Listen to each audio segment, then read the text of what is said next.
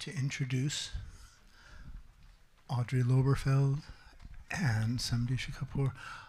Women of Search, we've developed a long-standing relationship as an ally to Women of Search at Open Source Connections, and we'd like to count all the rest of you as allies as well.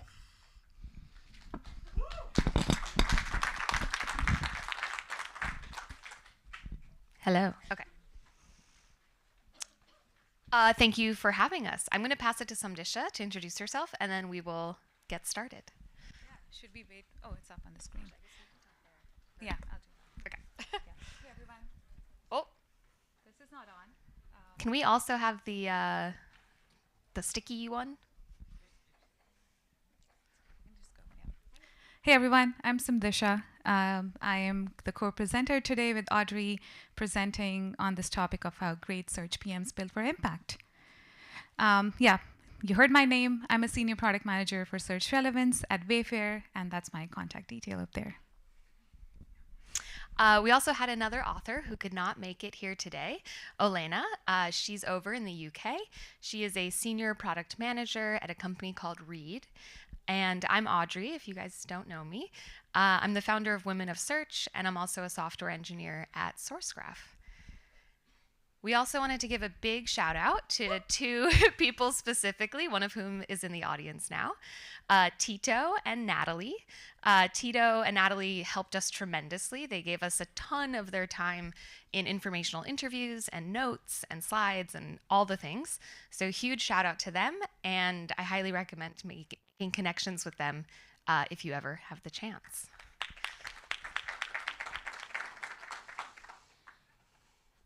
All right, so our agenda, we're going to start a little bit with me talking about Women of Search.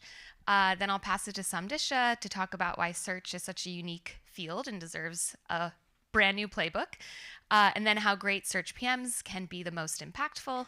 And then I'll go back to everything and talk about learnings, and then we'll open it up to Q&A. All right, so Women of Search. I founded Women of Search in 2021. Its point is to just be a community of women and allies dedicated to the empowerment and celebration of women in the search field.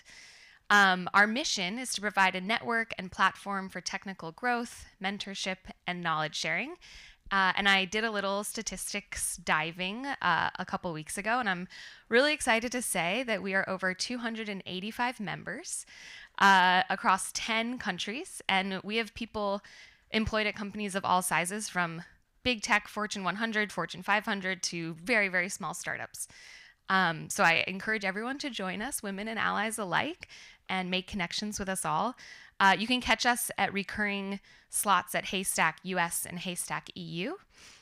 We also have monthly meetups that happen over Zoom. We have study groups. We network with each other, recommend each other to jobs. It's a great little network we have built. And one more exciting note is that Olena, one of the co-authors of this presentation, actually made a website for us. So we have a website. It's womenofsearch.org. So go there, find out more about us. And then we do most of our communication talking on the relevant Slack workspace, which I think you all are a part of, in the Women of Search channel. I also wanted to quickly note the new mentorship program. This is a collaborative program between Women of Search and Open Source Connections. David mentioned it yesterday. We are still open for submissions. Everyone who wants to be involved is involved. You're not taking anyone's spot or anything like that, so we encourage everyone to apply. And we're always in need of more mentors. So if you ever wanted to get mentorship experience, please come join us. It would be very beneficial to everyone in our community. You can find the form to submit your information for the program at womenofsearch.org/mentorship. And back to Samdisha. Thanks, Audrey. So when we were starting to think about the structure of this presentation, one thing that stood out to us was that why even do a talk on search product management? Should it not be like product management, which has been, happening for a while in the industry? What really makes search so different that it requires its own playbook? So it made sense to talk about how search is different, why search is different, and what makes it so difficult from a product management perspective. Because in order to create impact, you need to understand what you're trying to create impact on. Before we start, let's do a quick activity to get everyone involved. And this example hopefully will give you a good idea into what makes search so complicated, so complex, so nuanced, and so dependent on the user intention and perception. So I have 2 screenshots from Pinterest, and I have 2 keywords for all of you. I just want you all to shout, what do you think when you search for chicken on Pinterest you would see at search results? Yeah, recipes. Right. You see a bunch of chicken recipes, you see some query expansion, pills about recipes, pasta recipes, breast recipes, etc. The other term I want you all to tell me what you think is chickens. Not very different word from the first one. Sorry, what's the word? Birds, yes. What did you say, Tito? Chicken coops, yes. The difference that one single letter can make. And, this is what makes search so different and hard. A small change in phrasing can completely change the meaning. And yet users don't explicitly explain their intent. They just expect the search engine to interpret it. Just goes to show the nuances in language and how, intent matters in showing search results. So yeah, that brings us to, the second point, or actually the first point about how and why search is different and hard, is that it begins with a clue, but not gives us the full clarity. So unlike other platforms such as Instagram and TikTok, where the product shows users the content and users will choose to engage with it or skip it, search actually starts with the user. But the tricky part is that users really tell us exactly what they want. I work for Wayfair, so a query that might come in is like a blue modern couch, where the customer thinks that they're giving us a lot of information to work with, but they're not telling us what their budget is, their material preferences are, what the dimension of the sofa that they're looking for are, but yet they want the system to somehow understand that context and give them precise results without fully expressing it. So a great search experience doesn't just match the text, it also is supposed to understand the context. And as product managers, and actually all of us working in search, it's our role to connect the ambiguous signals and deliver a clear and a satisfactory user experience. So working with that ambiguity and translating it into something the user wants is one of the key things that makes search so tricky. The other thing that, in the Search PM meetup that I attended on Tuesday, I think was one of the biggest takeaway for all of us was that search is not a vertical slice of the thing that, we have to focus on. It works as a whole, not in different parts. So, many of us would be working on search front-end teams or the back-end team or performance. But something to keep in mind is that it's not just about tweaking the algorithms and making them better or defining the UX standalone. It is about the whole system. From ranking to UX to infrastructure to filters, everything needs to come together seamlessly. And misalignment in any part of the system can make the best of the best results seem off if we're not showing them to the customers in the right way. In one of the examples from the PMs that we received, they mentioned that how their B2B platform team once found that their roadmap was too focused on just making model improvements. And they totally ignored the user pain points around discoverability and poor result presentation. It took them a couple of tries to zoom out and think about the whole experience from UI to backend, and that is what helped them create impact. So, and something that, when I talk to a bunch of search PMs, what comes up is that, oh, but I don't own this piece of the vertical. My ownership is only backend. But that doesn't mean that our thinking needs to limit there. When you're dealing with a problem, think beyond whatever area you own and work with your counterparts or stakeholders to help create the impact in those areas as well. Something else that one of my mentors, who used to be a search leader for a while, said, which is so true, is search success is very probabilistic and often invisible to the eye.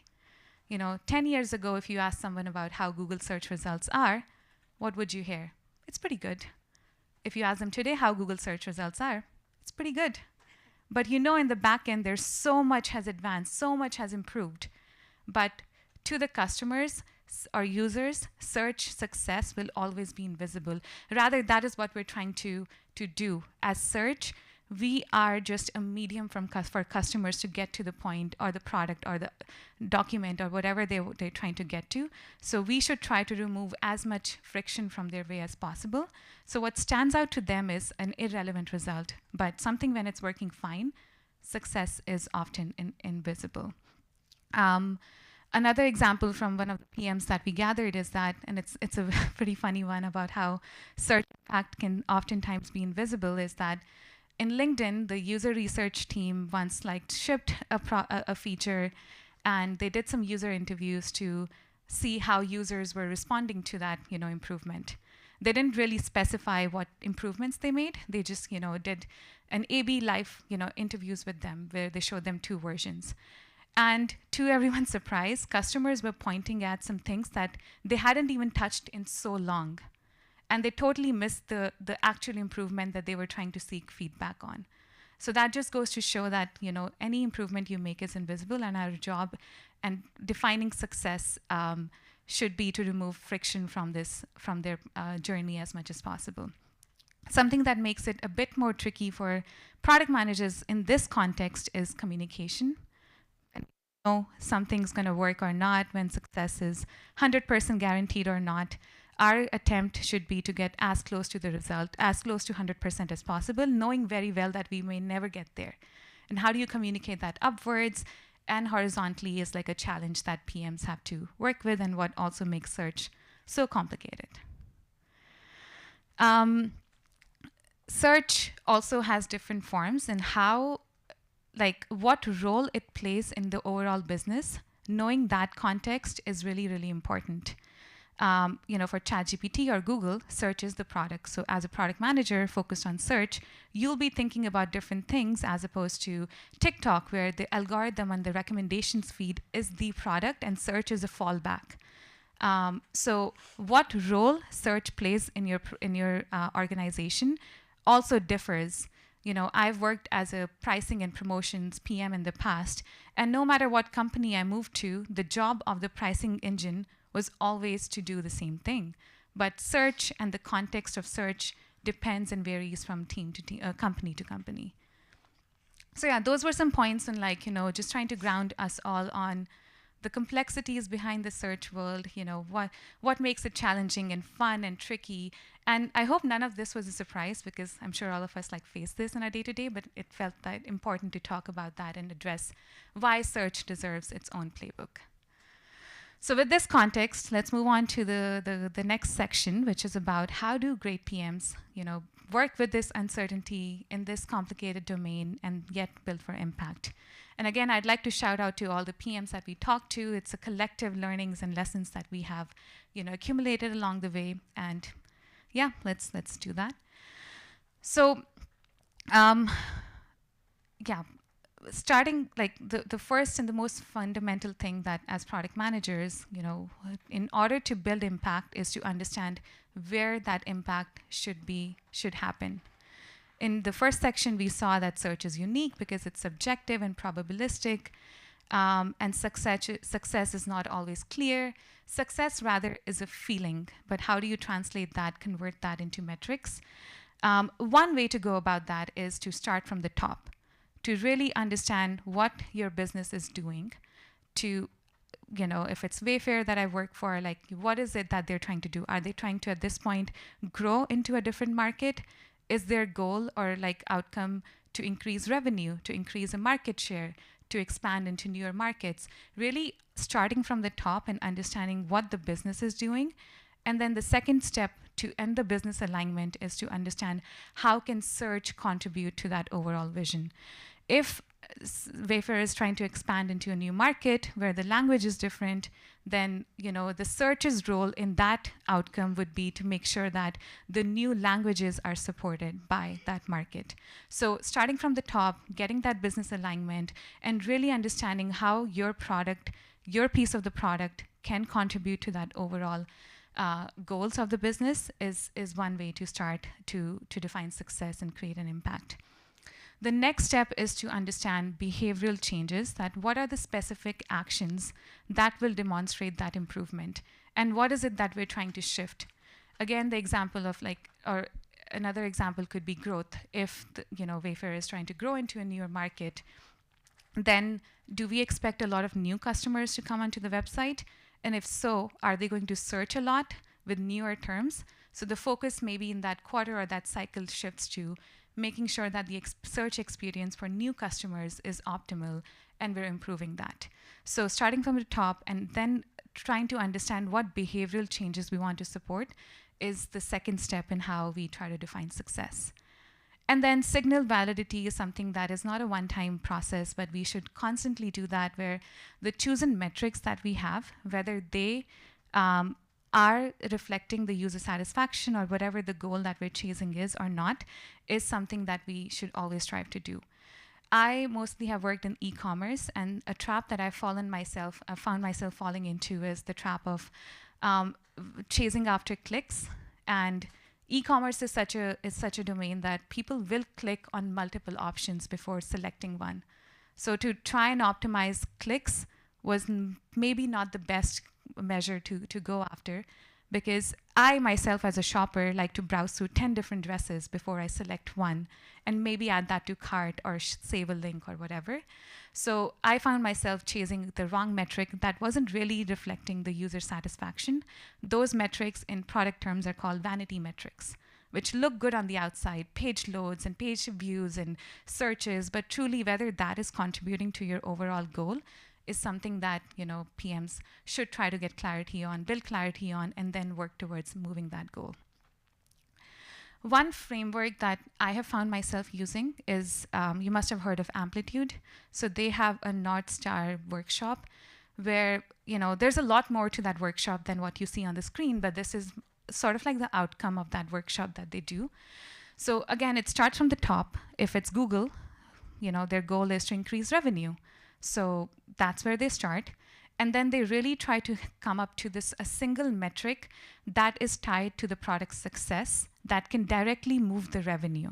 So for Google, if people are searching on and engaging with search results on a weekly basis more, that means they're seeing more ads. That means Google's revenue is going up. So it's a whole exercise, but this is one of the examples that we could, of frameworks that I have used to get to that clarity of defining the success.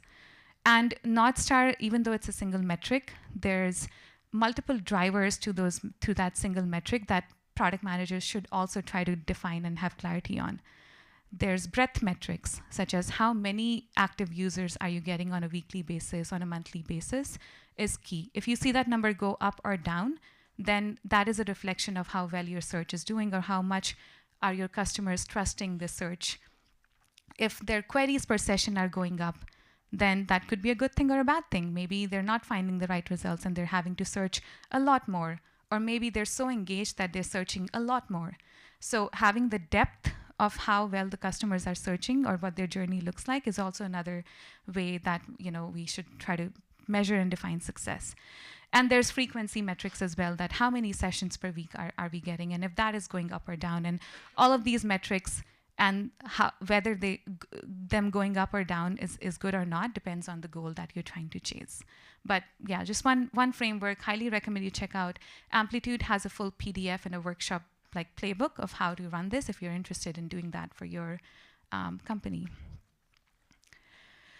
The second thing that product managers do a lot is to constantly learn from customer behavior, whether it is through experiments, whether it's through analytics, through looking at data, or doing discovery on competitive research on how other companies are trying to improve the experience.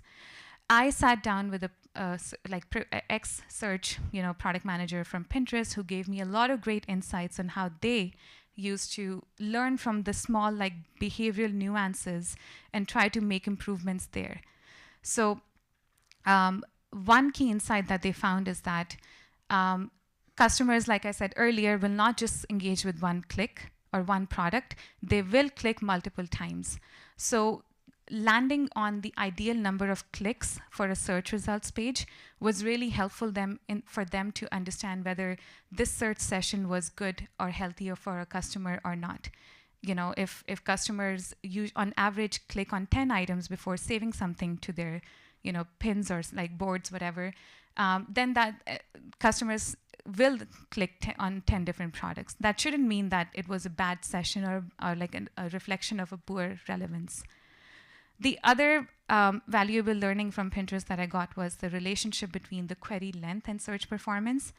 Pinterest actually found that when users increased the average query length from 1.7 to 2.9 words, their accuracy and filtering dramatically improved. So again, they try to really learn like from how many words are customers actually using to search, and they learned that the fewer words they use, the more vague the query is and less precise the results are. So literally the KR for 1 quarter was to increase the amount of words that customers search with. They also used some metrics of passed over results. So if you as a customer clicked on the 5th product tile on the search results page, then the 5th tile became the most relevant product for that given query, and the first 4 results were partially relevant or less relevant. So they also learned from user clicks, not just how much they're clicking, but what position they're clicking on, and use that to determine the relevance of those products as well. And they also used like query length as a proxy, where if customers were searching with short queries or head queries, then they assumed that these queries were exploratory in nature and they prioritized diversity, whereas long and focused and tail-end queries were prioritized for precision. So again, these are just some examples that I collected, but all to say that it shouldn't just stop at measuring clicks or conversions, but try to go as deep as possible and truly understand how your customers are behaving, how many words are they using, what position are they clicking in, and see if we can make improvements there. So going into the deep ends, to the nuances, is what product managers try to chase. The other thing that we do in the similar notion of learning from your user data is to do a constant log analysis. Logs are basically like your customers, users' search queries and like some metrics that you are interested in measuring, but they basically give you a real-time insight into how well is your search doing as a whole, what queries are failing, what kind of queries are being reformulated, and maybe where customers are dropping off. And doing this, you don't just learn a lot of context about your own search system and your customers, but you also unlock a lot of insights onto what needs improvement or attention. If you see a specific kind of query getting abandoned a lot, maybe that is an area that you need to focus on and try to improve in the next cycle. Or if the customers are using a lot of filters or less filters. So you'll only be able to know these nuances once you're really deep into the logs and constantly reviewing it day after day, week after week with yourself and your team. And this is actually a really good tool. When a stakeholder or hippo comes knocking at your door, fix this today. You'll have data at your to your leverage to show them that, sure, you want me to add more filters, but 6% of our customers abandon searches after applying a second filter. So maybe filters is not what they want. Or if they say that search bar is not visible to me when I land on the page, make it bigger. You can say that 9 out of the 10 customers who search in a given session do click on it in a given time. So basically use your logs as a leverage, as a data point, to not just find opportunities for where to create impact next, but also for communication purposes. The other thing that search PMs do advocate for a lot is to ship with purpose, not pressure. Every time the planning cycle comes, how many items are you delivering? What's on your roadmap? just 4 launches, that's not enough. Add more to your stack is what we hear often, which is great. We should, optimize for speed, and we should try to run as fast as possible. But running without a direction will just lead us to nowhere. So through these insights of looking into your logs, talking to your customers, tracking your customer's journey on the website, will help you form some hypotheses. And, take those hypotheses and experiment as fast as possible, as lean as possible, learn and validate those assumptions, and then do an analysis of whether it makes sense for us to launch this as a full experience or not. Just taking something and spending months on creating a new model or redoing the whole search results page may not be the best and optimal way to create impact. But where impact, or how truly impact can be happened faster, is by doing a lot of experiments quickly. And the last slide for me is that, just to my initial point about search is not a part or a slice of the journey, it's a whole sum. So as search PMs, we should really be thinking about building systems, not single features.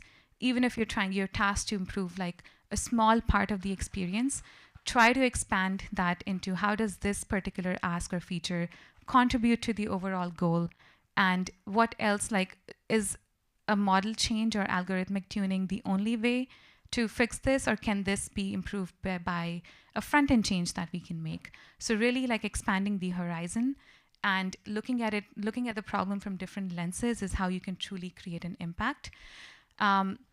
And always remembering that you're not optimizing for one piece, you're designing for the harmony of the whole experience.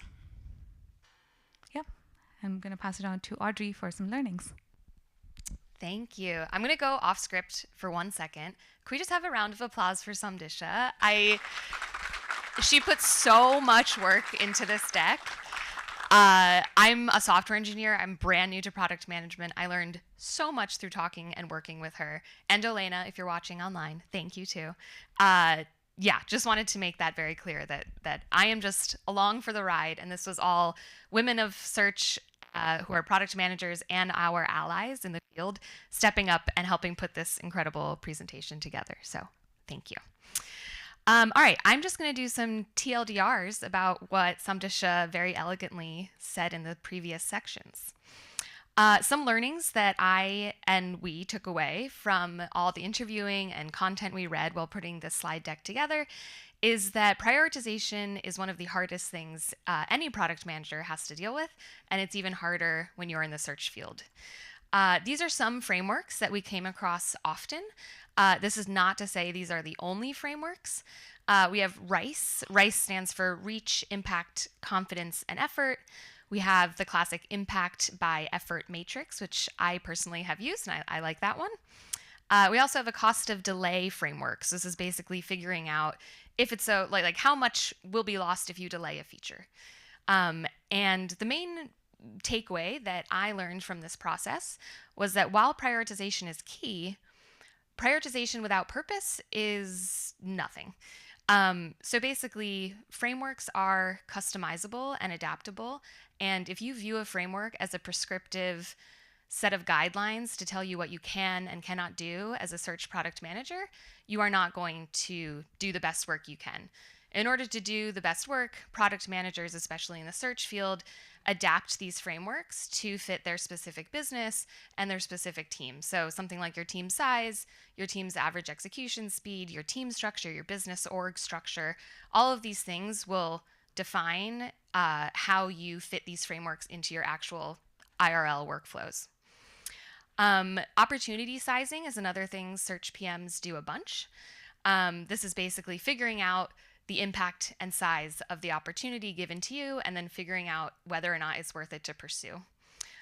Search PMs specifically usually are more technical than traditional PMs. A lot of search PMs come to the field after previously working as software engineers or data scientists or applied statisticians, ML engineers, etc. And something that stands out about search product managers is that they size opportunities in accordance with real query data. So nothing a search PM, at least a good search PM does, is not backed by data. And that just goes to show what Samdisha was talking about, how search PMs really live in the logs, and they're more fluent in data and analysis than other traditional product managers need to be. They're also great at finding patterns. This is also where LLMs can come in and help people. They're great at extrapolating patterns.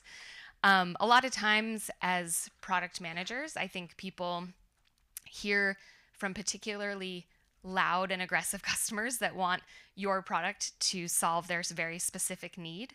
And it's really easy to get pulled into the trap of just delivering for this loud customer. But great search product managers are able to take a step back and really dig into the data and find common patterns that allow them to build for the most impact felt by the most users. And it's really hard to do, to say no and to just, build for the many and not the few. Documentation is another thing that we saw throughout our interviewing process helps a lot, especially when you're looking back and gauging your success or failure back on your Q1, 2, 3, 4 roadmaps.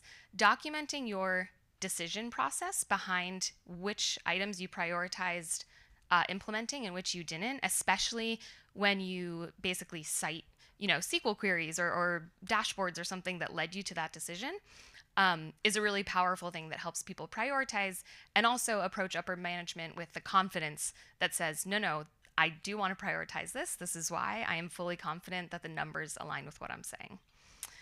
And the last thing is basically just that there's a mental mindset shift that a lot of search product managers seem to inhabit, which I haven't seen with other product managers, but basically it's orienting your value and your success as a product manager and as a larger team around how what you implement changes real user behavior, rather than gauging your success by the number of features you ship. So you don't want to get into the vicious circle of just saying, wow, we shipped 30 features. Aren't we great? Or as an engineer, like, wow, I made 6 PRs a week that were all merged to main. And I'm like, so great. Look at my momentum.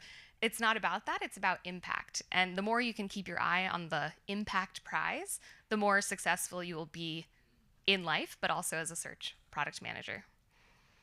And that brings us into goals.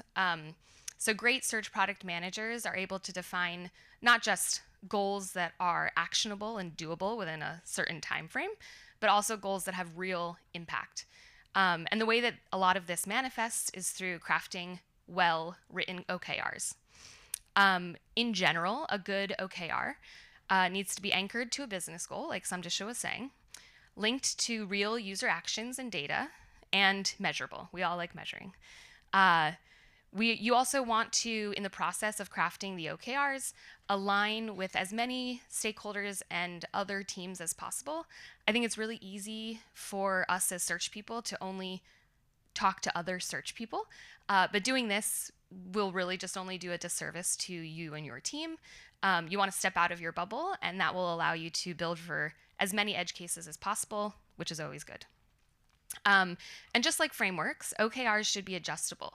So it's really your job as a search product manager to communicate upwards to the C-suite, to your manager, whomever, that your OKRs, even though they're actionable right now, given the current data you have access to, should be flexible and adjustable as data comes in from A/B testing, from offline analysis, etc.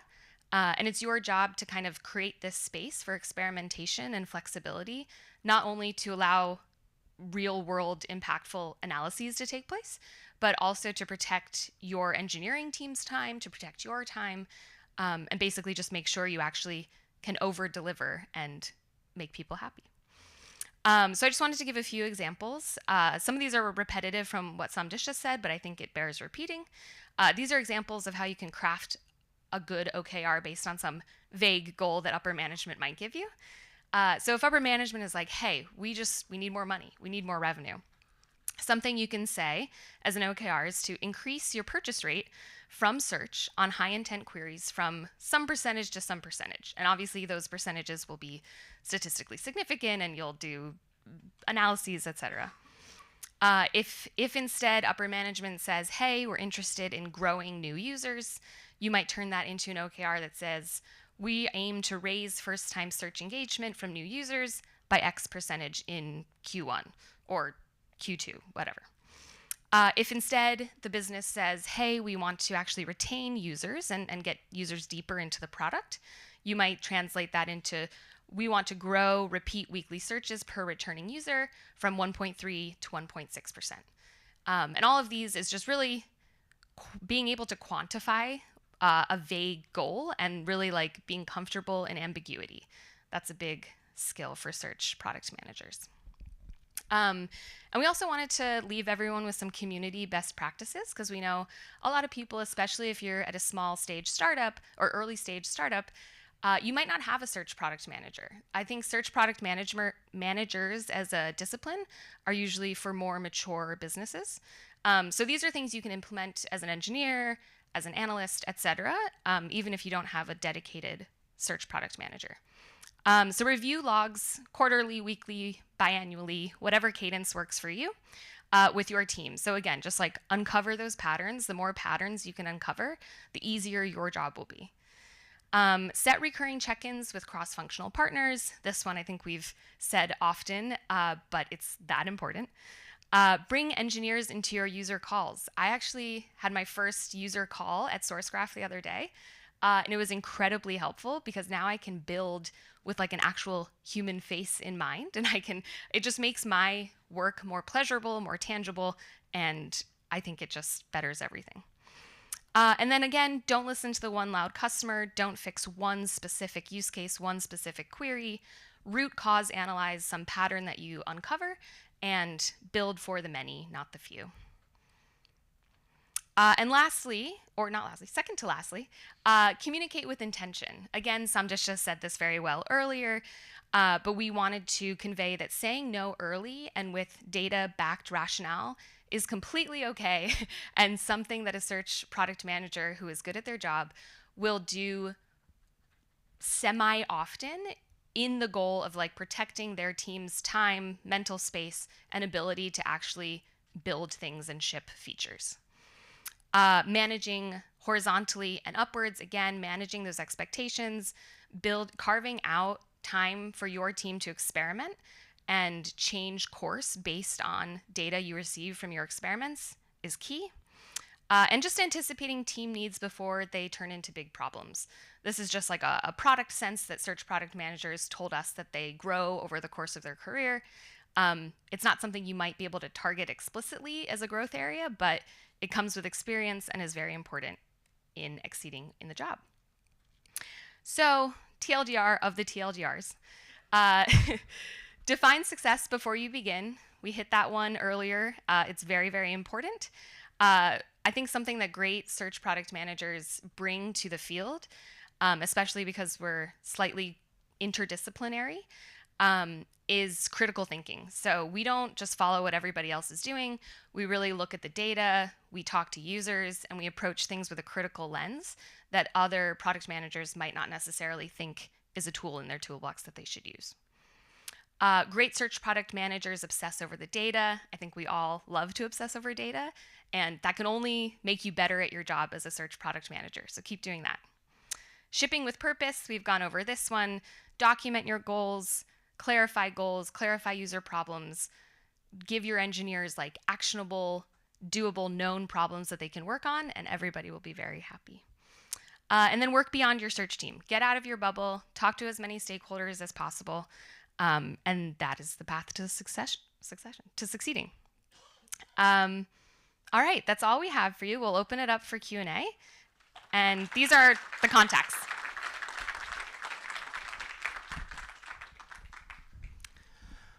Are there questions?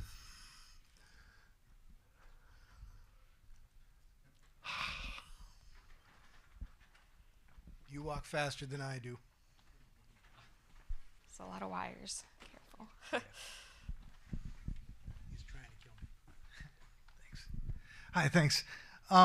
This question is about fighting for resources between other different kinds of product managers. So if you have to fight for analysis or the developer resources for getting what you need done, if you find yourself starved for the resources that you need in order to accomplish the OKRs that you've agreed to. But I guess that wasn't a clear question. How often does that happen for you? I think it happens all the time. One common thing that not just PMs but everyone will agree to is that they just don't have enough resources in the team, enough time. And I think in my experience, what has really helped get that resources is how well do what the needs that you have tie to the overall business goal. And if possible, if there's a revenue number or whatever, like what matters to the business, if you can attach to it that doing this or not doing this will result in a loss of like X amount of revenue has honestly worked for me a lot in getting the attention at least. So that's one way to do it. I've also seen teams be creative that if we are not officially getting any resources, can we get like a short-term contractor that can help us? So not just like stopping at that first no, but trying to expand. Can we, in this world of AI tools, is there a tool that we can like purchase and get funding for if we're not able to get someone to help us in this quarter? Might help with data analysis and other things. So that helps. But honestly, what has gotten me the most attention is when I bring a revenue number next to it and flag that. At least it gets me a conversation. Yeah. And Kauzik says, I don't have a question, but I really loved the talk, especially all the learnings from the earlier segment. So thank you. Thanks. Well, I was going to ask the same question, but not a question. Love the talk. Thank you. I'm at Amazon. One of our vice presidents likes to say that you have to fail to succeed. Unfortunately, when you see this in writing, it looks like you have to fail to succeed. It isn't quite the same thing. Now, I'm older than you, so I've probably failed more times than you, and therefore learned more. One of the things I've learned is that the success of search depends on some of your partner teams, especially where your data is coming from.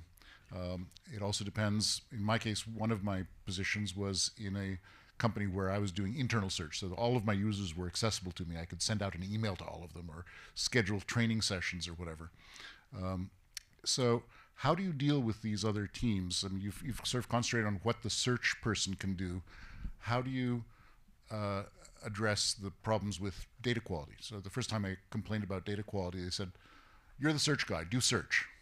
Go away, don't bother us.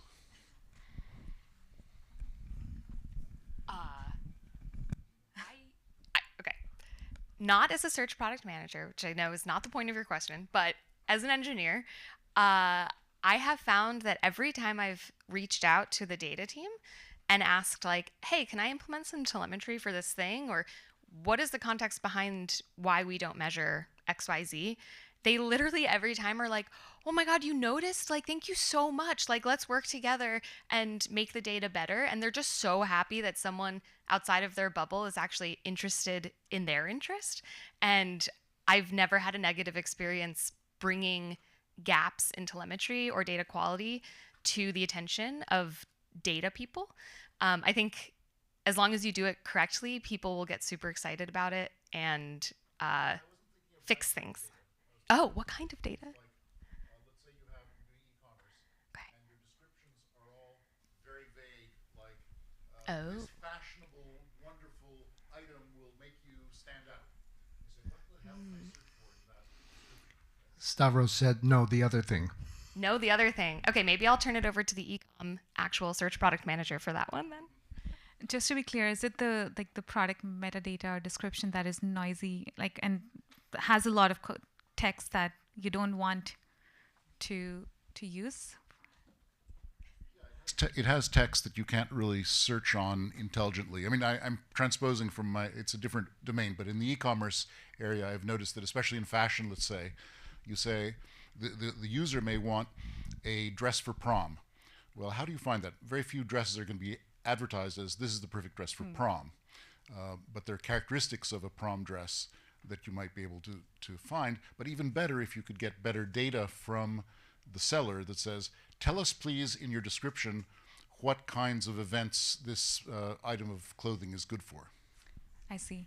Yeah, I think that's a continuous effort to improve if the data especially is not controlled by someone internally, it's very hard to get that moved. I used to work in a marketplace kind of a product prior to this, where we used to sell a lot of grocery items, and Pepsi in their description one time had something that was not even remotely associated to the drink that they were selling.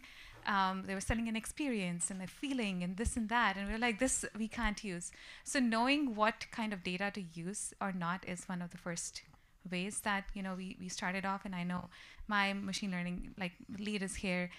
We've talked about adding product descriptions into the models, and whether that is actually impactful or creates noise is something that we are always making a decision on. So knowing what product metadata from the list of the available data inputs is key, and you should always experiment, but also know that some kind of data will harm you more than help you. Some creative ways that my teams in the past and even now have seen is that using LLMs come up with your own product descriptions that should not be user-facing, but by looking at the visuals of the product or whatever that is selling, can you come up with some product tags that can be fed to the models that might be more appropriate. I've also used a third-party website in the past, which would do that kind of product taggings and inputs for my catalogs.